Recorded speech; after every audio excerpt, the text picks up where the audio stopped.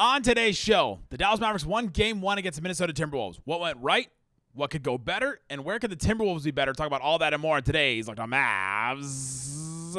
I'm Luka Doncic, and this is Locked On Mavericks podcast. Mavericks, NBA champions. Bang! Bang! It's good, and the Mavericks have won the game. If you don't believe, you shouldn't be here. Loyalty never fades away. And welcome. You are locked on to the Dallas Mavericks. My name is Nick Angstadt, media member and NBA channel manager, and your best friend covering the Dallas Mavericks at the Locked On Podcast Network, your team every day. Thanks for being part of the show, making Locked On Mavs your first listen every day, where the best way you can help us grow the show is to listen every day on any podcast platform, leave a 5-star review, like the video on YouTube, comment anything below on YouTube. Today's episode is brought to you by LinkedIn Jobs, help you find the qualified candidates you want to talk to faster. Post your job for free at linkedin.com/LockedOnNBA. That's linkedin.com/LockedOnNBA to post your job for free. Terms and conditions apply. Can let it ride a little bit. We can let it ride a little bit. Feeling good after a Game 1 win. The day off after a win in the playoffs hits different than after a loss. So does an episode. I want to talk about where Dallas can be better, though. Mavs get a win. You feel good about it. Feel good about where the Mavericks are right now. Feel good about how they won that Game 1. But I think there's a lot of things that they can absolutely be better at. And there's also ways the Timberwolves can be better, too. Let's not overlook who the Timberwolves are right now. I know yesterday on the One More Thing, if you listen to that, I talked about how the Mavs can win a title this season. It's there. The door is open for them. But the Timberwolves can close it. They can come back and they can show some things. And so let's talk about ways that they can be better for sure. But I want to start here. I want to start with what went right for Dallas in this. I want to start what went right for Dallas in this Game 1.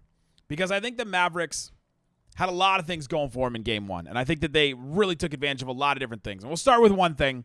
Let's start with Kyrie Irving. Kyrie Irving went right in Game 1. He gave the Mavericks a lot in Game 1. And it starts with, after Game 7, Timberwolves versus the Denver Nuggets. And they're interviewing Anthony Edwards after the game, the TNT guys. And they said, what do you think about the next matchup? You're going to be playing Dallas. And he goes, Kyrie Irving is my matchup, and so we'll see what happens with that. And Kyrie Irving, after this game, Game 1, on TNT, talked to those same guys, and he said, I used it as motivation. That's a no-fear mentality. That's why we love Ant. Kyrie Irving was just sitting, minding his own business, watching Game 7, enjoying the basketball. And all of a sudden, he hears his name. He hears Anthony Edwards call him out, basically. He says, hey, you're my matchup. Now, I don't think – I'm going to push back on some of this. I don't think Anthony Edwards was calling him out like, I've got Kyrie. I'm going to shut him down. Kyrie won't score nothing on me. He wasn't saying that. I think he just said, he's my matchup. Because they've played a couple times this season. He's only played Kyrie once this season. But they've played the Mavericks a couple times this season. And he knows that if they're going to play, Kyrie's his matchup. In the game that Kyrie played against the Timberwolves in the regular season, Anthony Edwards guarded him a bunch. And I was not impressed by Anthony Edwards' defense in that game, but I expected more from him in this one. And to be honest, if the narrative coming out of today is that Kyrie is killing Anthony Edwards, they got to switch him. I've heard that a couple times today. You've got to switch Jaden McDaniels. Like, try switching Jaden McDaniels and Anthony Edwards. Put Anthony Edwards on Luka. Put Jaden McDaniels on Kyrie. Well, here's how Kyrie scored in this game. First quarter, beat Jaden McDaniels backdoor on a cut. First quarter, again, screen. Nickeil Alexander-Walker went over the screen. Another one, he beat Anthony Edwards off a drive. Another one, he beat Naz Reid off of a help. Lively screened Ant away from the play. Second quarter, he beat Jaden McDaniels dribbling in transition. Second quarter, he beat Anthony Edwards on a drive. Second quarter, he beat Anthony Edwards down the floor in transition. Luka, an amazing pass on that one. Second quarter, beat Jaden McDaniels dribbling for an and one. Third quarter, beat Cat on a switch. Jaden McDaniels couldn't recover fast enough because Kyrie's too quick. Now, if you're able to synthesize all that data right away, I'm very impressed with you. 4 plays against Anthony Edwards where he beat Anthony Edwards, and 4 plays against Jaden McDaniels where he beat Jaden McDaniels. He's just faster. He's just faster than these guys, and it's working out for him in all those instances. And he took advantage of everything that was given to him. And he took advantage of the single coverage they were giving him too. And so one of the things that went really well, Kyrie was motivated. He used that as motivation. He came out ready to go. The Human Torch was firing on all cylinders out of the gate. He scores 24 points in the first half, keeps the Mavs connected, And then Luka was able to close it out in the fourth quarter. And that's the next thing I think went really well for the Mavericks is that Luka in the fourth quarter really, really took advantage of the drop coverage. So Kyrie Irving took advantage of his speed against some of the, I guess you call them slower. Is Anthony Edwards and Jaden McDaniels? I guess they're slower. But he took advantage of those guys and was able to beat them off the dribble, beat them in transition, beat them backdoor. And Luka was able to take advantage of the drop coverage. And this is where it really hurt him. And this is why it's maybe a bigger conversation. Gobert was plus 10 for the Timberwolves. It's not like Rudy Gobert was so terrible that they can't play him again. He was plus 10. Like, they outscored the Mavs by 10 points in a game they lost when Rudy Gobert was on the floor. But, there's the but. There's the ass. Bring that ass. We brought it. Fourth quarter, here's how Luka scored. Lively, pick and roll. Jaden McDaniels on his hip. Rudy in drop coverage, jumper. Lively, pick and roll. Jaden McDaniels on his hip. Rudy Gobert in drop, jumper. Same play, two times in a row to start the fourth quarter. Two plays in a row. Then he gets a three-point shot on Nickeil Alexander-Walker. It was contested. Then Lively gets an offensive rebound. Luka hits a three, gets Anthony Edwards. It was contested. Cuts the lead to 1. It was a 4-point lead. And then Jaden McDaniels one-on-one. No help. No trap, no nothing, and he beats Jaden McDaniels one-on-one.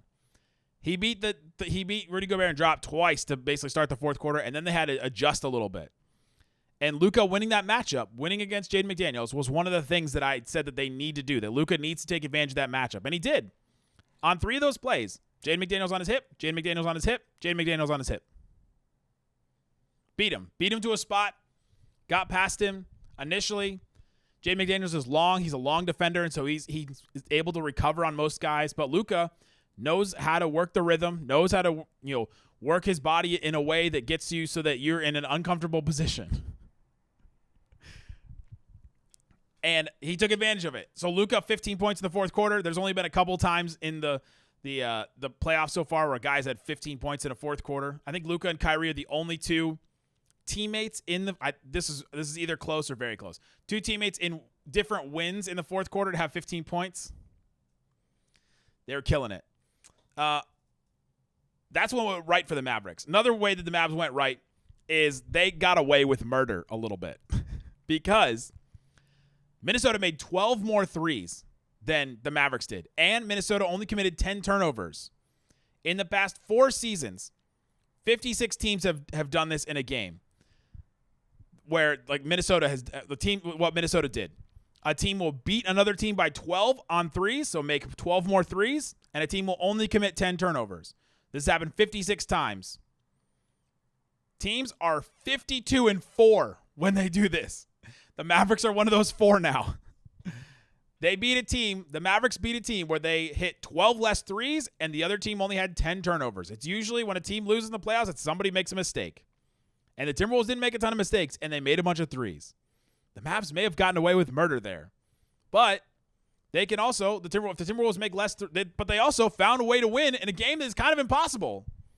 93% of the time, a team that plays like the Mavericks played, letting the Timberwolves hit all those threes, not forcing turnovers from them.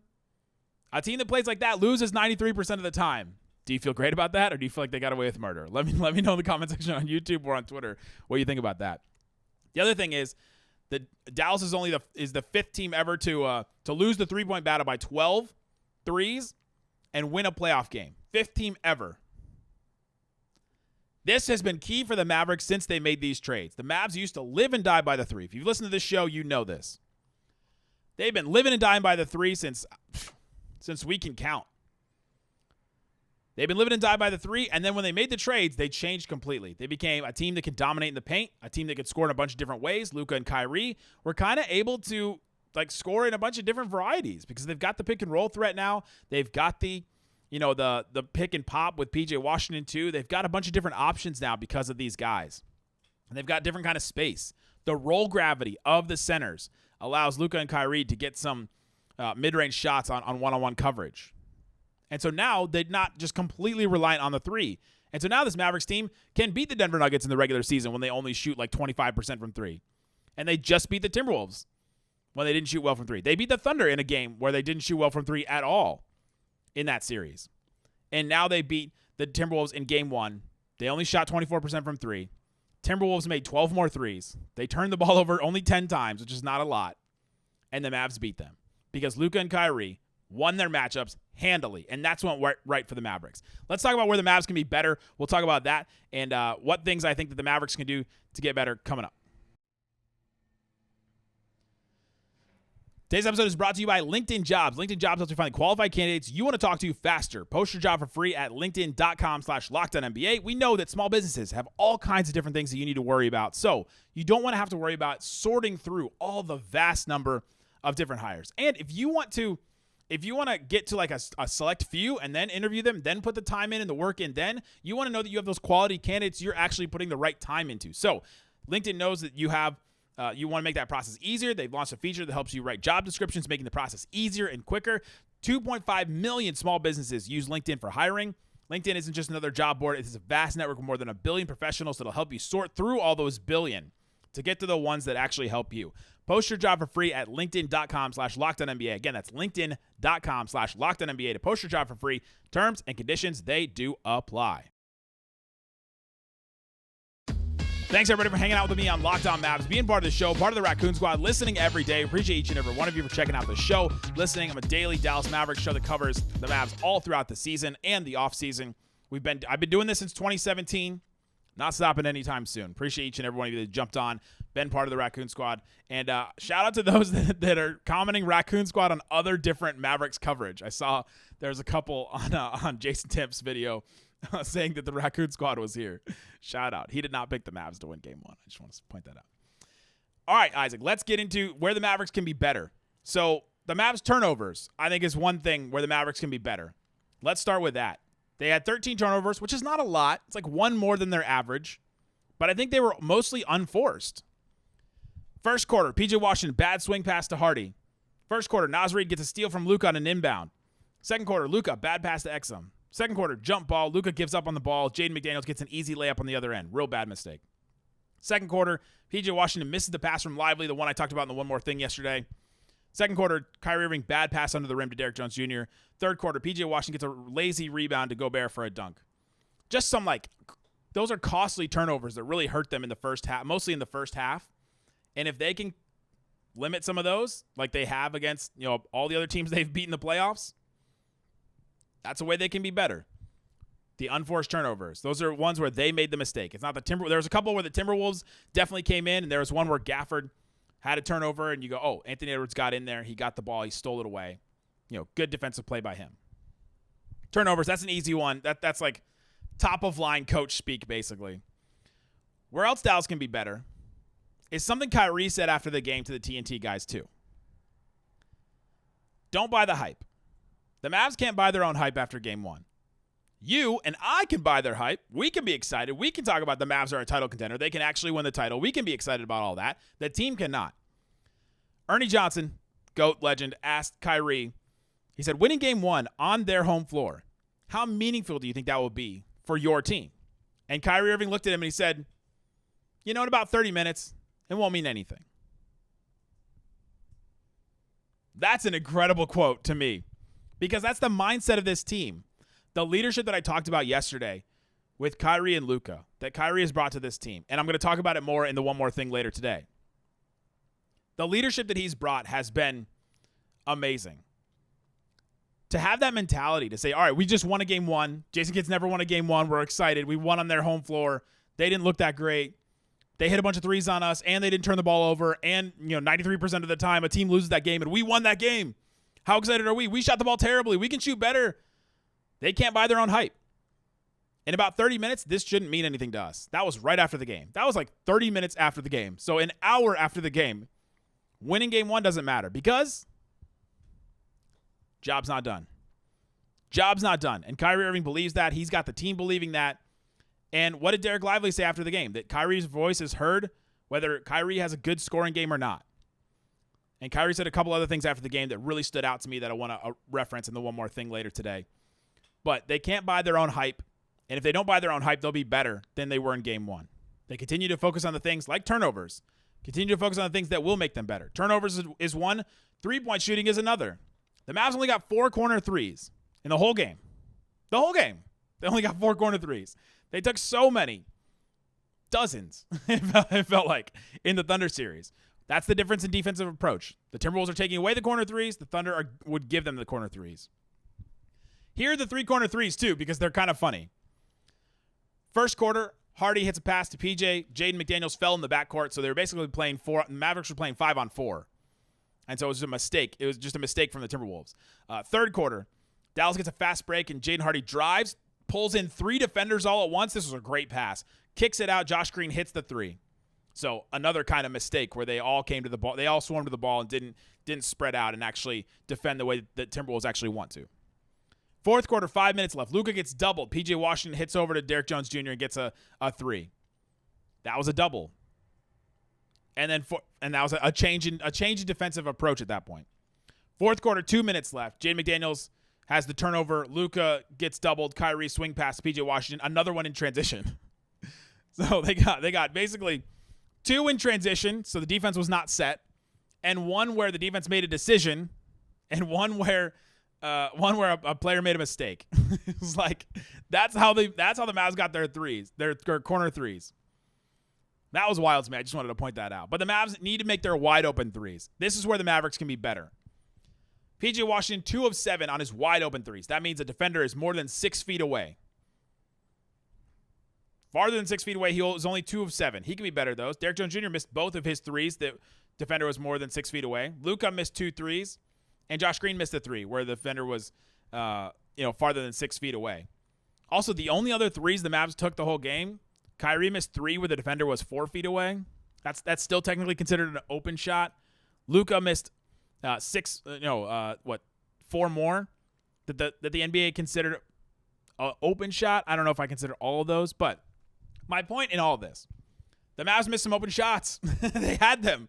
PJ missed 5. Derrick Jones Jr. missed 2. Luka missed 2. Josh missed 1. They had wide open shots. Wide open. These are not just Luka was not just taking these contested threes all the time. And you're like, man, those are really tough. So the Mavs can make more open threes, and they can be better that way. Super obvious. My 2 things that they can be better so far have been don't turn the ball over and unforced turnovers and make your open threes. Cool. Good analysis. But those are 2 crucial opportunities for the Mavericks. Another one is 3-point defense. Jason Kidd after the game said, we've got to take everything away. That's what a coach would say, which I thought was funny. But then he said, we've got to be better at the 3-point line, but nobody panicked. Timberwolves took 49 threes. That is not what they do. They take 34 threes a game in the playoffs and in the regular season. They are very consistent from regular season to playoffs, 34 threes a game. They basically took 15 more threes than they normally do. That's 45% more threes than they normally take. And the Mavs were giving it to them. They're allowing them to take those shots. Anthony Edwards had choices to make. I'll talk about this a little later, but Anthony Edwards only took 4 non-threes the whole game. He was taking 35% of his shots at the rim in the playoffs before this game. He only took 4 shots inside the 3-point line at all in game 1. But the Mavs can be better limiting the amount of quality threes that the Timberwolves got, because they did get some quality ones. And the Mavs can be better if Jaden McDaniels doesn't go off and isn't crazy hitting. He hit some contested threes. I'll give you that. There's some where Luka's in his face. There's others where guys are contesting the shot, and he just made a really good shot. But the Mavs can be better there. The 3-point variance, I guess, is the thing where they can be better. I think they can also pressure Anthony Edwards and Cat a little bit more. Dallas didn't really send a ton of doubles, but when they really pressured or pinned down Ant, he threw turnovers. He had 3 turnovers. 2 of them were because he got pressured on the ball. And I think if you pressure him a little bit more, make him a passer. You don't have to send 2 defenders, but you can try. And pressure him a little bit more, because he's going to come out and he's going to be swinging. He's going to come out and he's going to want to really take advantage of the opportunity. He's going to want to make up for the game 1. I mean, they're not going to go down. They're not going to lie. This Timberwolves team, I don't think, is going to lie down. Maybe they do. And if they do, they should score a whole lot because they're lying down. One more thing about ways the Mavs can be better. They didn't get Cat or Gobert in foul trouble. I didn't feel like they attacked them very much. They also didn't attack Conley very much. Those are 2 things that I think are in their bag a little bit that they could try to pull if they try to get those guys in foul trouble a little bit. And I think that's an opportunity for the Mavericks to win. Coming up, let's talk about where the Timberwolves can be better. I think there are a couple real opportunities for them. The Mavericks really need to watch out for those. And so let's talk about those coming up. Today's episode is brought to you by eBay Motors. eBay Motors has you covered with all kinds of parts for your car. Passion, drive, patience. The formula for winning a championship is also what keeps your ride or die car, truck, SUV, suburban, van, whatever you want alive. eBay Motors is everything you need from roof racks, exhaust kits, superchargers, LED headlights, and more. Whether you're into power, style, or speed, eBay Motors has you covered with over 122 million different parts to choose from. eBay Motors will help you keep your number one ride or die alive. And they have the eBay Guaranteed Fit, so you know that your part is going to fit your car every time, the first time, or you get your money back. 122 million parts. You want to make sure that's the exact right part for you. They have that eBay Guaranteed Fit, which you're going to love. Go check it out. They have the prices you want. Keep your ride or die alive at ebaymotors.com. Eligible items only. Exclusions apply. eBay Guaranteed Fit only available to U.S. customers. All right, Isaac, let's talk about the rest of this. Let's talk about where Minnesota can be better, because I think there are a couple opportunities for them that they can absolutely be better. I think Anthony Edwards is going to come out and be more aggressive. Anthony Edwards took 16 shots total in the game. Not enough for them. Definitely not enough for them. He was only 2 of 9 in the second half. So when they were feeling down, when they were, starting to lose it, when they were losing the lead, he only took 9 shots the whole half. And like I said earlier, he took 4 non-threes. 4! He took 2 mid-range shots and 2 shots at the rim. Both of the shots in the mid-range came within the first 4 minutes of the game.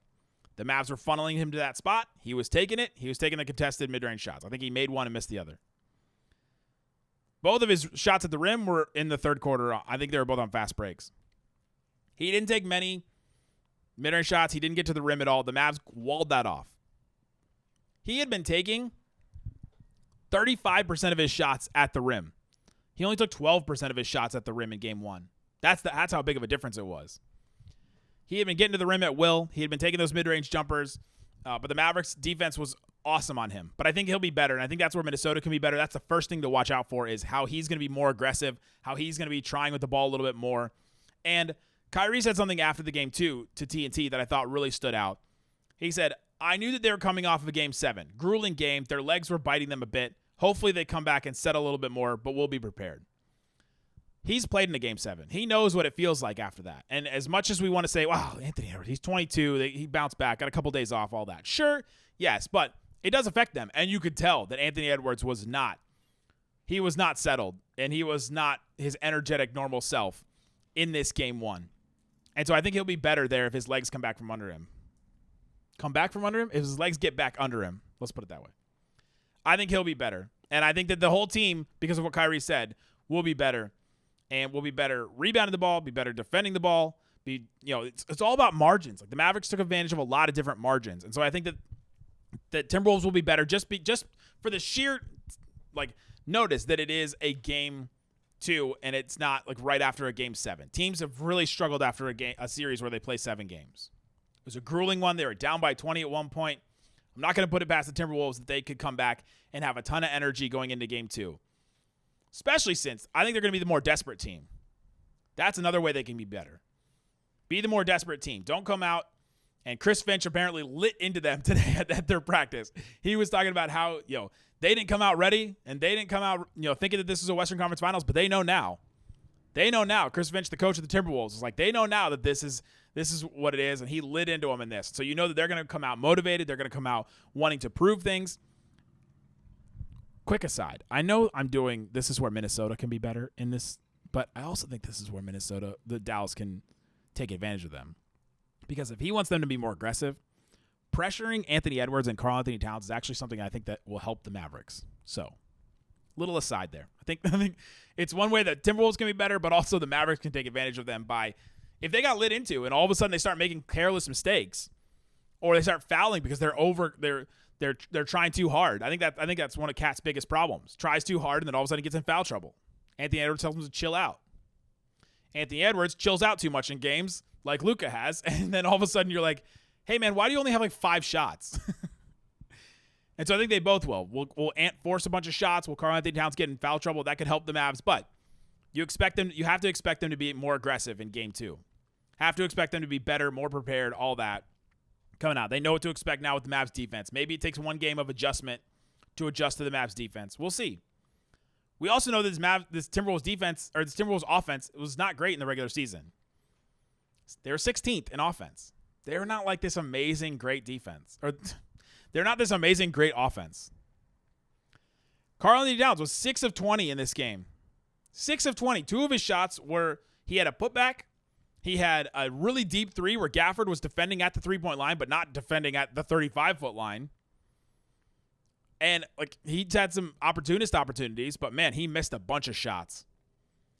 And I think that he could find a way to get more involved. I think, man, he took 20 shots. That was just that's a bad game from him. You don't expect a game like that 2 games in a row from an all-star like that. But again, maybe he's more aggressive. Maybe he gets into foul trouble, but you just can't expect that. That's where I expect the Timberwolves to be better, is for Towns to do that. I'm also curious if they ever try to space the floor out a little bit more with Naz Reid, with Towns, and try to get their offense going a little bit. Try and space the Mavs out. Try to make them play catch up. That's where the Mavericks have struggled to try and really like catch up to the ball, move the ball a little bit more. It's tough because they really took it like it's on the 2 stars. Like that's it. Where can Minnesota be better? It's on the 2 stars because Jaden McDaniels did his job. Kyle Anderson did a job that no one thought he could do. Gobert kind of did his job too. They were positive 12 when he played. He defended. He got some rebounds. Now, he didn't get a ton of rebounds. The Mavs out-rebounded them 48-40. Maybe that's another way they can be better too. But it's on the 2 stars. Anthony Edwards and Towns have to be better. And if they're better, the Mavs have to be ready for it, just like Kyrie said. They'll come back, set a little bit more, and be prepared. The other part of that Kyrie quote that I did want to bring up is he said, hopefully they come back and settle a little more. It's like he was talking as an analyst at that point. He's like, as an analyst, I hope they come back. But then he caught himself and was like, we'll be prepared for it. It's like, I guess he just wants a fair fight. Like, I don't want them to be dog-tired like they just played a Game 7 every game. So we beat them every game. But I just thought that was really funny that he set it up like that. That's where I think Minnesota can be better. That's where I think the Mavericks can be better too. There's a bunch of different ways too. And that's also what I think what went right for the Mavericks in Game 1. Get into all that. If you want more, check out the One More Thing. It's the bonus episode I'm doing every day throughout the playoffs. And that's on whatever feed you're listening to this right now on podcast, on YouTube as well. So check that out if you want more. Guys, thanks so much for listening to Locked on Mavs.